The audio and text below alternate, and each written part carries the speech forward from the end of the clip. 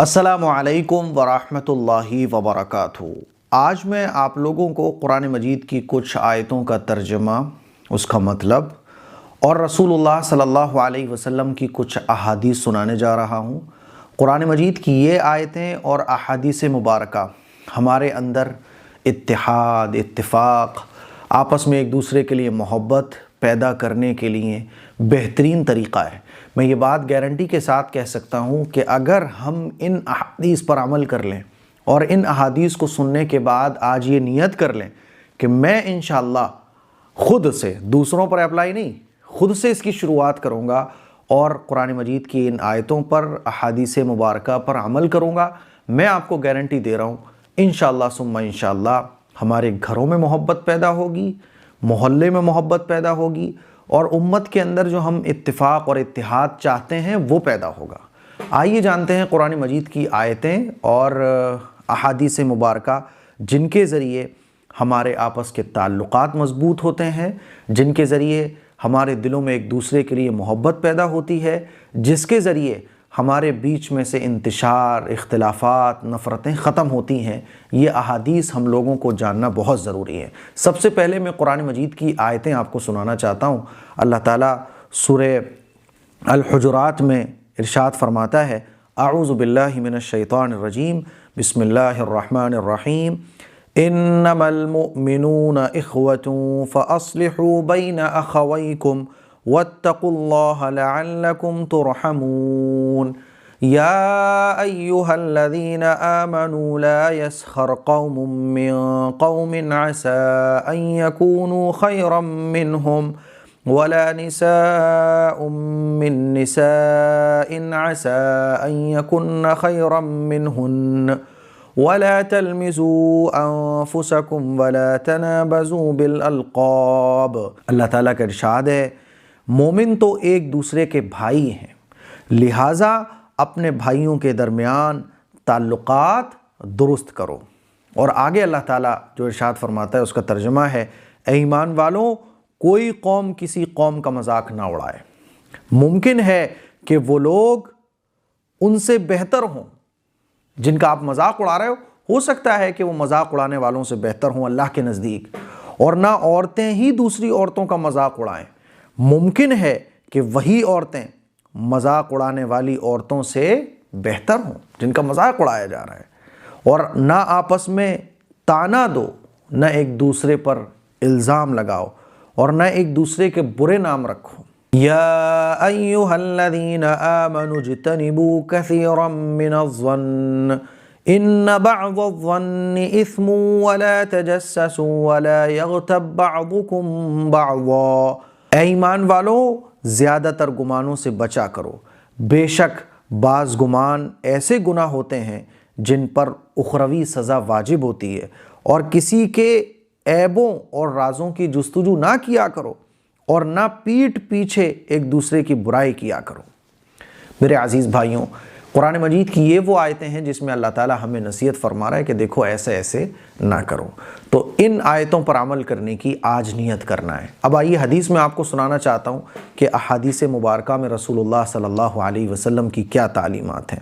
حضرت ابو ہریرہ رضی اللہ تعالیٰ عنہ سے روایت ہے کہ نبی کریم صلی اللہ علیہ وسلم نے ارشاد فرمایا، جب کوئی شخص لوگوں کے عیبوں پر نظر کر کے اور اپنے آپ کو عیبوں سے بری سمجھ کر شکایت کرے اور یوں کہے کہ لوگ برباد ہو گئے، تو یہ شخص سب سے زیادہ برباد ہونے والا ہے کہ اس نے مسلمانوں کو حقیر سمجھ کر یہ بات کہی۔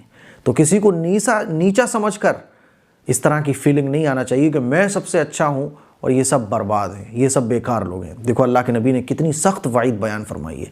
یہ وہ احادیث مبارکہ اور قرآن مجید کی آیتیں ہیں جن کو سمجھانے کی ضرورت نہیں ہے، صرف پڑھ لیں تو خود بخود سمجھ میں آ جاتی ہیں۔ اتنی آسان باتیں اللہ کے نبی صلی اللہ علیہ وسلم نے بیان فرمائی۔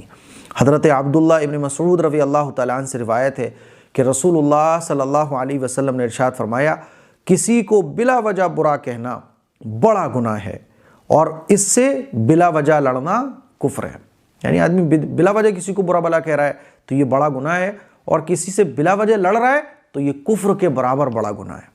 حضرت حذیفہ رضی اللہ تعالی عنہ سے روایت ہے کہ میں نے رسول اللہ صلی اللہ علیہ وسلم سے سنا ہے، حضور نے فرمایا کہ چغل خور جنت میں داخل نہیں ہوگا۔ چغلی جو لگاتا ہے اللہ کے ہاں پہلے وہ سزا بھگتے گا، اللہ کے قانون کے مطابق سزا بھگتنے کے بعد پھر وہ جنت میں جائے گا۔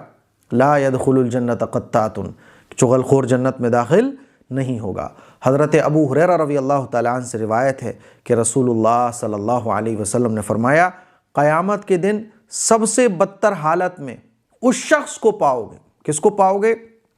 جو دو رخا ہو، جو دو چہرے والا ہو، یعنی جو ایسا ہو کہ ان کے منہ پر ان جیسی بات اور ان کے منہ پر ان جیسی بات۔ یہ دو رخا جو آدمی ہوگا نا، یہ سب سے بری حالت میں ہوگا آخرت کے میدان میں۔ حضرت ابو ہریرہ رضی اللہ تعالیٰ عنہ سے روایت ہے کہ رسول اللہ صلی اللہ علیہ وسلم نے ارشاد فرمایا تم جانتے ہو غیبت کیا چیز ہے؟ صحابہ کرام نے عرض کیا یا رسول اللہ، اللہ اور اللہ کے رسول خوب جانتے ہیں۔ آپ صلی اللہ علیہ وسلم نے فرمایا غیبت یہ ہے کہ اپنے بھائی مسلمان کا ایسے طور پر ذکر کرنا کہ اگر اس کو خبر ہو تو اسے ناگوار ہو، اسے برا لگے۔ عرض کیا گیا یہ بتلائیے یا رسول اللہ کہ اگر میرے اس بھائی میں وہ بات موجود ہو جو میں کہہ رہا ہوں، کیونکہ وہ برائی اس کے اندر موجود ہے جو میں بیان کر رہا ہوں، سچ میں اس کے اندر یہ برائی موجود ہے، تو آپ صلی اللہ علیہ وسلم نے فرمایا اگر اس میں وہ بات ہے جو تم کہتے ہو تب تو تم نے غیبت کی، اور اگر وہ بات اس کے اندر موجود ہی نہیں ہے جو تم کہہ رہے ہو تو یہ تم نے اس پر بہتان باندھا۔ غیبت کہتے ہی اس کو ہیں۔ میرے عزیز بھائیوں، میری بہنوں، غور کرو کہ ہمارے بیچ جو پرابلمز، نہ اتفاقیاں، لڑائی جھگڑے جو پیدا ہوتے ہیں نا، وہ انہی وجہوں پر ہوتے ہیں جو حدیث میں ذکر کی گئی ہیں۔ سفیان ابن اسد حضرمی رضی اللہ تعالیٰ عنہ سے روایت ہے میں نے رسول اللہ صلی اللہ علیہ وسلم کو فرماتے ہوئے سنا کہ بہت بڑی خیانت کی بات ہے کہ تم اپنے مسلمان بھائی سے کوئی ایسی بات کہو کہ وہ اس میں تم کو سچا سمجھ رہا ہو اور تم اس میں جھوٹ کہہ رہے ہو۔ یعنی تم سامنے والے سے کوئی ایسی بات کرو کہ وہ تو تمہیں سچا سمجھ رہا ہے، حالانکہ تم اصل میں جھوٹ بول رہے ہو۔ تم کہہ رہے ہو یار میرے پاس ابھی کوئی پیسہ نہیں ہے، یار میں تجھے ابھی کیسے، میں بھی یہاں گھر پر نہیں ہوں، میں بازار میں ہوں، کوئی بھی بات ہو سکتی ہے اے ٹو زیڈ۔ حضور نے فرمایا یہ بڑی خیانت کی بات ہے۔ حضرت معاویہ رضی اللہ تعالیٰ عنہ سے روایت ہے کہ رسول اللہ صلی اللہ علیہ وسلم نے فرمایا جو شخص اپنے مسلمان بھائی کو کسی گناہ سے آر دلا دے، کسی مسلمان بھائی کو شرم دلائے نیچا دکھانے کے لیے، اس کو بے حیثیت سمجھنے کے لیے، اس کو ذلیل و رسوا کرنے کے لیے، تو اس کو موت نہ آئے گی جب تک کہ خود وہ اس گناہ کو نہ کرے، یعنی اس گناہ کا وبال اس کے اوپر آ کر رہے گا۔ تو ہاں خیر خواہی میں کسی کو نصیحت کرنا وہ الگ بات ہے، لیکن کسی شرابی کو آپ شرابی اس لیے کہہ رہے ہو ذلیل و رسوا کرنے کے لیے، تو یہی گناہ کیے بغیر تم اس دنیا سے نہیں جاؤ گے، اور اگر بالفرض تم نے یہ گناہ نہ کیا تو اس گناہ کا وبال تمہارے نام اعمال میں پڑے گا۔ ہاں توبہ کر لی تو الگ بات ہے۔ حضرت انس رضی اللہ تعالیٰ عنہ سے روایت ہے کہ رسول اللہ صلی اللہ علیہ وسلم نے فرمایا قسم ہے اس ذات کی جس کے قبضے میں میری جان ہے، کوئی بندہ اس وقت تک پورا ایماندار نہیں بنتا جب تک وہ اپنے مسلمان بھائی کے لیے وہی بات پسند نہ کرے جو اپنے لیے پسند کرتا ہے۔ یہ تمام صحیح حدیثیں ہیں جو میں آپ کو سنا رہا ہوں۔